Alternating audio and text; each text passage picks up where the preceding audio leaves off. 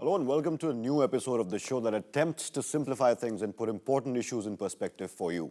Every week, we will engage leading personalities in their respective fields and attempt to better understand economic issues that affect you on a day-to-day basis. You're watching Policy Watch. I am Athar Khan. We've identified 3 stories this week. The upcoming quarterly review meeting of the RBI. We'll discuss the slight recovery in growth and also look at which way policy rates might head. We'll also discuss the outlook for market sentiment in the coming month. The other story is about special rights to foreign investors, or inbuilt options as they are known. We'll discuss the feasibility of such a strategy. And our guest this week is the managing editor of the Financial Chronicle, Priyaranjan Dash. Welcome to the show. Very well welcome to the show. Now, before we go into the show and start the stories, very briefly, if you could tell me, the outlook for 2012, is growth going to make a comeback? Well, for the first half of the 2012, I don't think that the growth is going to revive or getting back to the... It's in the second half that you can expect some pickup. But much would depend on the global situation, the way things are. Right. Today's news is definitely not good. Right. We also talk about the Prime Minister's recent statement about malnutrition and how it's a national shame for the country. It's been played up all over the world. Even Voice of America and BBC have responded and done special shows on it. We'll talk about that. Let's go into that story first, and then we'll do it. Now, the Prime Minister, Dr. Manmohan Singh, has labelled malnutrition among children a national shame after a hunger and malnutrition report said nearly half the children under the age of 5 in the country were underweight. The Prime Minister said the government could not rely solely on the Integrated Child Development Services Scheme, or ICDS, India's largest nutritional program, to tackle malnutrition, and policymakers needed to increase efforts to understand the linkages between education, sanitation, drinking water, and health, and shape the responses accordingly. The survey conducted by the Nandi Foundation for the Citizens Alliance Against Malnutrition found that malnutrition rates were still unacceptably high in the 100 focus areas used, with over 40% of children underweight and over 60% were stunted. Top policymakers have admitted that access to food remains a challenge for vast sections of the population, despite several government programs, which include the world's largest free school meal program. Now, we did a story on it. Let's take a look at the story and then we'll chat about it. That the problem of malnutrition is a matter of national shame. Despite impressive growth in our GDP, the level of undernutrition in the country is unacceptably high. We have also not succeeded in reducing this rate fast enough. Now, that's what the PM said just last week. We also did a story on this. We'll take a look at what exactly is happening also later in the show. But you heard what the Prime Minister said. Now, the ICDS, I would like to ask you as a direct question, has the ICDS failed as a nutritional program for the country? Well, when malnutrition remains a national shame after 60 years, 6 decades, surely ICDS, for that matter, all programs haven't succeeded. So that goes without saying. So you would say that obviously a new system is required. That's what the Prime Minister is also saying. Now, also, doesn't it point to the fact that the PDS in the country, the public distribution system in the country, is in a shambles? It is. You see, we don't have to, we tend to compare malnutrition rates in India and in our neighborhoods, Bangladesh, Pakistan, Sri Lanka. And sometimes we even compare ourselves with the sub-Saharan Africa, and India comes out And the poorly. fact remains that India is ranked lower than most sub-Saharan African countries. That's right. Isn't that a cause for That's concern? right. You see, I think we need to look within our own experience. For instance, if we look at Kerala, now the malnutrition record or the nutrition record in Kerala, for instance, is pretty good for the rest of the country to replicate. Now, if something could be achieved in Kerala, and that's been done for several decades now, why couldn't we have replicated this in other parts of the country? So we have a lot of lessons to learn from within the country. And so it's a question of when you look at the government programs and schemes, you have to see that there are things that has worked in this country, and if we haven't succeeded overall, it could be because of lack of will. Political will, would you say, or political will or policy initiatives? It's both. We also know that the Prime Minister talked about his chairing a committee, and that met a year ago. So these are periodical concerns that comes up, and everybody tend to forget about it. Now you have this is a very nice comprehensive report, Hangama report, right, which has brought things to the, after this kind of a statement, national shame and all that, then we tend to forget it. And then priorities change. It's a question of priority, I would say. Right. You've been saying that what you mean to say is that there have been reports in the past as well, and we've always known it's a national shame, but at the end of the day, it's the lack of political will and policy initiatives that is killing the children before they're 5 years old. If a statistic is not wrong, 1.83 million people who die before they're 5 years old die after a month of them being born. Now, doesn't that point to the fact that PDS obviously needs a relook? And it's not just the children who are being who are dying, but their mothers too. So don't you think that PDS needs a relook? We have the largest number of hungry people in the whole world. So it goes without saying that we need to look at the PDS. Public distribution system has been pathetic. It's, except for a few states where you mentioned Kerala. I'm sorry to interrupt. You mentioned Kerala. Even Tamil Nadu has done a great job. Tamil Nadu, why can't we follow Andhra the Tamil Nadu Pradesh, model? Karnataka, we've had some reasonably successful experiments, which unfortunately we haven't been able to extend to the other parts of the country. Right, right. So do you think, this is my last question on this story at least, do you think the Prime Minister labeling this a national shame is actually going to kickstart any policy initiatives, especially considering the fact that elections are around the corner? One should hope at the least, that, if we recognize it as a national shame, we should get acting on it. Right, right. I think the key takeaway from that is that the Prime Minister has labelled it as a national shame, and we need serious policy initiatives to tackle it. That's enough for that story. We'll move on to our next story, which is the RBI quarterly review. Now, they say that no change can sometimes be a welcome change. In the case of India Inc., especially the banking sector, that seems to be the feeling after the Reserve Bank did pause the interest rate hike cycle in December. The Reserve Bank's decision to keep rates unchanged in the mid-quarter monetary policy review is good news for banks. This, bankers say, will encourage credit growth, which has seen moderation, and help revive the investment climate in the country. Just ahead of the third quarter review, Policy Watch wraps up the story so far. After 13 increases straight interest rate hikes starting in March 2010, the Reserve Bank has pressed the pause button, and there have been no further rate hikes after inflation seemed to ease a little in November. Stubbornly high inflation in Asia's third largest economy has prompted a series of interest rate hikes.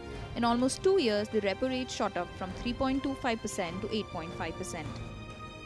Even as inflation, especially prices of food items, seem to be tempering down, the RBI is faced with another dilemma: the moderation of growth momentum. While the RBI concedes that there is a higher downside risk to growth, there have been no clear signals from the central bank on a reversal of the hikes just yet. The December meeting of the RBI saw it holding the rates at current levels of 8.5% for repo rate, reverse repo rate being at 7.5%, and cash reserve ratio at 6%. India Inc., especially banks, have been waiting for the reversal of rate hikes for quite a while now. but the central bank is non-committal as ever, with Governor D. Subbarao playing down any speculation on a reversal. Experts, however, believe that a policy reversal might take a while, given rapidly ebbing growth is high on the agenda. Even though the sentiment is that it will happen at some point, given that the Reserve Bank's stance is looking more dovish by the day. The RBI will meet again on the 24th of January for its third quarter review. But with the RBI ruling out a cut in CRR, India Inc. might have to wait till after the budget to see a policy rate reversal. But till there's any official confirmation, all eyes will be on this man. Bureau Report, Rajya Sabha TV.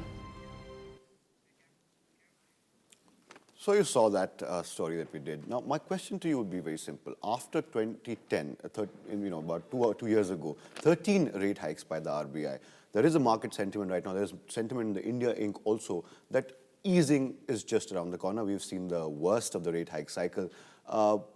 Even inflation has gone down slightly, and growth is seeing a slight recovery.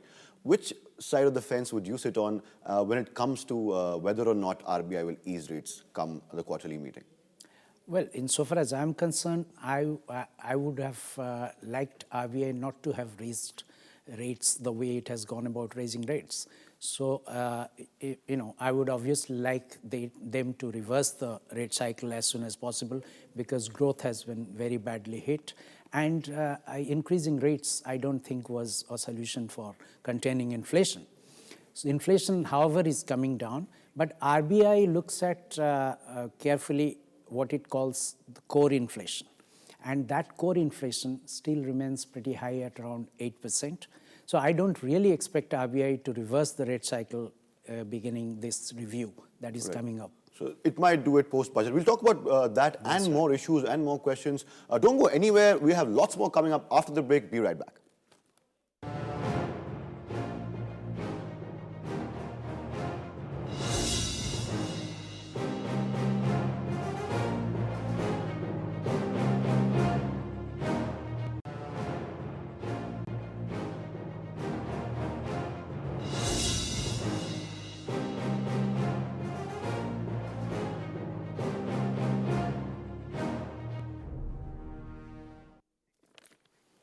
Welcome back. You're still with Policy Watch. Priyaranjan Dash, we were talking about the RBI quarterly review before the break. There was news in the media just last week that the RBI might just ease the CRR, if not other rates. But then the RBI came out with a statement saying that's not going to happen. Do you think they'll, on the 24th of January or 25th in the meeting, you think CRR will be touched at all? No, that will be against the RBI's stance on inflation. That will be contradictory to that stand. I do not expect that to happen because, true that there was a liquidity crunch or the cash crunch in the banking system, particularly after the mid-December advance tax payments, drained out a lot of cash from the system. But now one expects the government to keep spending, so that money will be back with the system, so liquidity would improve. And in fact, there are signs that liquidity is improving. So I do not think, from the RBI's point of view, I don't think they will be very inclined to look at a CRR cut at this point of time. Especially given the fact that they've purchased government securities for about 49,000 crore just recently. That's right. So Yes. where do you see that going? Is it going to remain the same? No, see, when the government is borrowing more, that means government is spending more. So that money is getting into the system. But banks are now saying, especially bank representatives are saying that lending and deposit rates would require, like, the going down of those rates. There is a trend that banks might lower their deposit and lending rates, but they would require a clear signal from the RBI That's first. right. You think that signal is going to come anytime soon? Well, I do not expect that to happen in this review, but for the annual policy review, which will be done in April after the budget. Start I of the think- fiscal, you mean? Yes, that's right. That is the time when one expects RBI to actually reverse the rate cycle. Right. And the banks would be looking at cost of funds more than anything else to bring down the lending rates. So the banks would have to first look at the deposit rates before they look at the lending rates. Right. What about bond yields then, I beg your pardon? Bond yields, what's your outlook on bond yields? Well, the bond yields, you see, government is borrowing heavily, so that is keeping the bond yields high. And as long as the government doesn't get a firm grip on its deficit, bond yields will be high. Right. I get your point. You say that 24th, 24th January, the RBI just might not do anything. It'll sit on it. Maybe post-budget or maybe in April they'll start thinking about a policy reversal. But do you think, given the fact that since March 2010, 13 rate hikes, is the worst of the policy rate hike over? Yes, of course. That has already happened, and RBI has maintained it in the last policy review. They did not increase the rate, and there are clear signals that they're holding the rate. So one doesn't expect them to hike rates anymore. One is now expecting them to actually bring it down. We talked about deposit and lending rates. The falling rates will, in most probability, reinvigorate the markets. Now, where do you see the markets going? How will they take any policy reversal or cuts, maybe come April? Well, the markets would be happy with the rates going down, and because that's macroeconomic fundamentals that the markets would be looking at. But how the markets move would depend on many other factors, just not on the interest rates. Right. Despite the hoo-halla about the interest rates, I don't think the interest rates have had much of an impact on the margins of the Indian companies. Especially banks, maybe. Yes, on the banks and even on other manufacturing companies, the companies have not interest rates margins on their profit margins. Interest rates have a marginal impact. So I don't think, but the markets would move depending on a variety of factors. But surely this will improve sentiments. If Right. I want to talk about growth also, but before that, I want to talk about the monster that we all know as inflation. Now, inflation has bugged the government and the Aam Aadmi and the masses for a while now. Where do you see inflation going? Top policymakers in the government and outside of it, ex-policymakers, are very optimistic that come March, 6% is going to come down to 6%. Do you share their optimism at all? Well, statistically, it looks possible. It will happen. Like we've had for the last 2 weeks or the latest 2 weeks, we've had food inflation in the negative territory. That doesn't mean that food prices are going down. It's just that in the comparable weeks of December last year, you've had some of the food items, onions, potato, vegetables, prices very high. So this December, when you have those particular food items, the prices are a little lower, you've had a disproportionate impact on the index as a whole, right. And as a result, you are getting a minus inflation. So, but I would say that inflation is still in very dangerous territory. Statistically, what will happen is since last year, at this time, inflation used to be very high. You would expect inflation to come down, particularly since food inflation has started coming down. And it's possible that you will reach 6% by March end. Right. But whether it will sustain would again depend on a lot of factors, including, including the very important one about where oil is headed internationally. Right, right. Fair point, fair point. We'll come back to that. Also, very briefly, if you could tell me before we head into another break, let's talk about capacity creation. C. Rangarajan has come out with a statement to our channel and said last week that the RBI action is not going to help tame down inflation. You need capacity creation, especially in coal and power. How important do you think capacity creation and boosting the public PSUs is important for inflation? It's important, but it's important for growth more than inflation. That particularly in these core sector industries where public sector, be it coal, cement, steel, refinery, these kind of heavy industries where public sector is present and they have their projects. If they implement their projects and create those new capacities, then surely that will help invigorate the private sector investment. Right, right. In different user industries which use these as their raw materials or as basic intermediate products. Right.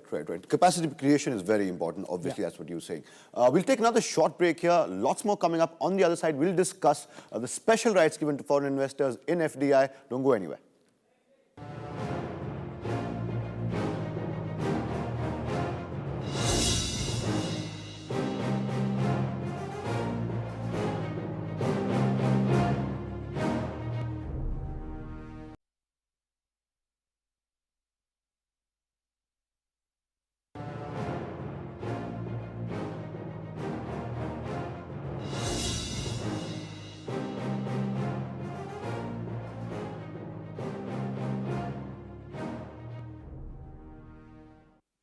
Welcome back. You're still watching Policy Watch. Now, the Indian aviation industry has been grappling with increasing debt and mounting losses for a while now.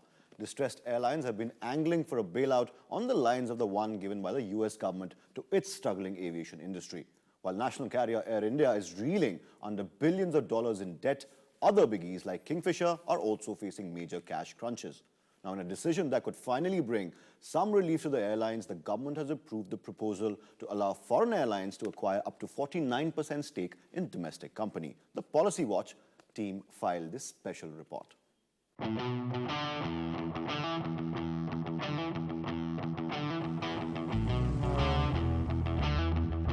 The first major decision that this man took after getting the aviation portfolio in the Union Cabinet has brought relief to domestic airlines.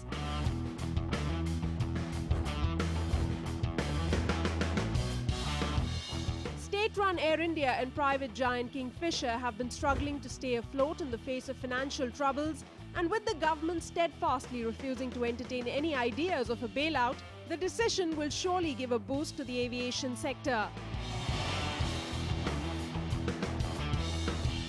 Even though foreign direct investment is permitted in the sector, the decision to allow foreign airlines to pick up 49% stake in domestic carriers was a decision the government had been mulling over for quite some time now. After the finance minister approved the decision, the government is expected to come out with a cabinet note on the issue. The aviation ministry had initially set a cap of 24% in FDI, which was later relaxed to 26%. The aviation industry has been experiencing turbulence for a while, with accumulated debt of $16 billion, accumulated losses of over $6 billion, an expected loss to the tune of $8.5 billion by March 2012, and debt which is expected to rise between $2 to $4 billion. After a gap of 16 years, domestic carriers will be able to get investments from their foreign counterparts. The policy was reversed in 1996. Some big names like British Airways, Singapore Airlines, as well as some Gulf-based companies have already expressed their intent to invest in Indian carriers. Bureau Report, Rajya Sabha TV.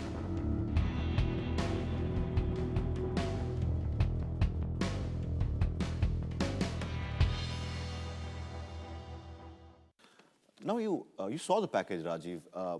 Cumulative losses of, if I'm not wrong, 6 billion. Accumulated debt of around 16 billion. Debt expected to rise another $2 to $4 billion by March. Do you think it was high time the government took this decision? It's more than high time that the government took this decision. Actually, the decision first came up before the government when I was in the government in 1993, when I was in the Ministry of Finance. And I remember at that time, Singapore Airlines, along with Tata's, had made a bid for entry into the aviation sector and probably taking over Air India. And I think 93 now, 18 years, as I said, more than high time that the government took this decision. But I must point out to you, Athar, the other one maybe not so well argued case. I think it's high time that the government privatize Air India. Because if you have any one major player in any industry which has limitless budget to operate, which is what effectively Air India has. It doesn't matter how much losses you make, the government will keep bailing you out. That affects all the other players, and that affects the industry as a whole. I think I don't think the government should be in the business of running airlines. If our Prime Minister and our President needs their special aircrafts, absolutely they must get it. But I think it is time that Air India is sold and Air India is privatized. And if you do that, along with bringing in private money, private airlines, foreign airlines into the other sectors, I think our industry, which is seeing a growth of more than 20% per annum, that's the opportunity that India has today. Indian airlines can actually become world beaters on the back of domestic growth of demand. Right, But right. these two steps have to be taken before we achieve It's that. interesting you mentioned Air India and their sagging fortunes. What I wanted to ask you, obviously, was that even if this decision comes, the cabinet note is going to come out anytime soon. Ajit Singh has said that the cabinet note is being worked upon, will come very soon. Now, if and when this decision is implemented, how far do you think this decision will go to revive, if I could call it that, the sagging fortunes of Air India especially? Well, it depends on whether the foreign airlines or the foreign investors are actually even keen on any of our domestic players. Because given the huge debt, as you are saying already, which for airline like Kingfisher has on its books now, I'm not sure whether they will find a ready suitor for themselves. Right. So it will probably take a little more than just announcing this cabinet note. Right. I hope some of the airlines have already got some strategic investors lined up, and this is just a facilitating move. In that case, of course, we might see a very good turnaround in the industry in the coming days. You're right. Foreign airlines, if they're interested, they'll pick up stakes in domestic companies. That'll obviously be good for the industry and the passenger as well.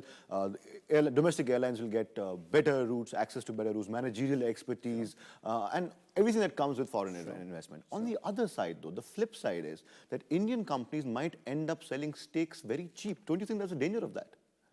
I don't think so, because I think the Indian investor is a very smart person. He or she knows exactly what his assets are worth.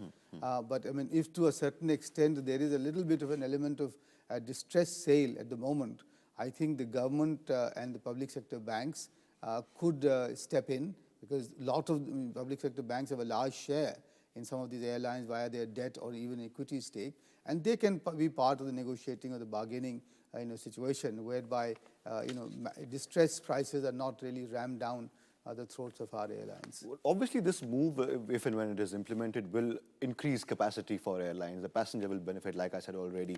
But do you think, by and large, whenever we have opened up as a country, economically speaking, it's been better for the country? Would you agree? And why do you think that is? 110% agree. I tell you, because it brings in, as you said yourself, new technology, new managerial expertise, new markets, but most importantly, it brings in a real sense of competition. And the Indian entrepreneur always rises to that competition. I never forget the time when McDonald's and Kentucky Fried Chicken were coming into the country, and we were told, oh, our Nirulas and our Haldirams will all close. This is the early 90s. Yes, but none of that happened. In fact, Haldiram and the Nirulas are now global brands. I mean, they expanded, they've become much bigger because they've taken on the competition, because now for the first time they've seen what real competition is. So this is exactly what will happen in the domestic airlines, and I'm sure there will be some consolidation. I mean, all the numbers of airlines that are there may not exist, but that's neither here nor there. I feel that the domestic airlines will really rise to the occasion and become much better and much larger because of this particular move of the government. And I think a number of cash-rich Gulf-based airlines have shown interest. Also, to talk of Singapore Airlines might making a comeback. So obviously, it is good for the aviation sector in the country. Digressing a little bit from the issue, asking you this question, because you are obviously part of an industry body that's very important for the country. And one of the main stakeholders, or if I could say so, how important is it for us as a country to remove all unnecessary economic barriers? And if we do that, where can we go from here now? What a good question. We are just undertaking a project called Empowering India, which is the whole objective of that project is to improve the investment and business climate in India as we go forward. And if we really actually do that, just one sentence, currently India is ranked 134th out of 182 in the World Bank survey of doing business, doing business climate. So we are very low down there. If we improve, we can easily get 9%, 10% growth in this country for the next 20 years. I mean, that is what we are preventing by all the procedural and the other impediments and the red tape and all the licenses that have still remained. So, the talk about the second generation reforms is just not empty talk. It's really, it's the need of the hour. Right. And the critical nature of that, you can understand, we need to generate 12 million jobs every year to take care of those who are entering the workforce. Absolutely. And that's what we need to do, and that can happen only if we hike up the rate of growth. Right. And for that, you need to remove all this, all these impediments, all these constraints, all these procedural bottlenecks that today face the Indian investor and the Indian business. Fair point, fair point. Let's hope all the right people are watching this program and pay heed to what you had to say. We'll take the story after the short break, the other top story we have lined up for you. We'll take another short break and come back and discuss the real power play of the week. Don't go anywhere.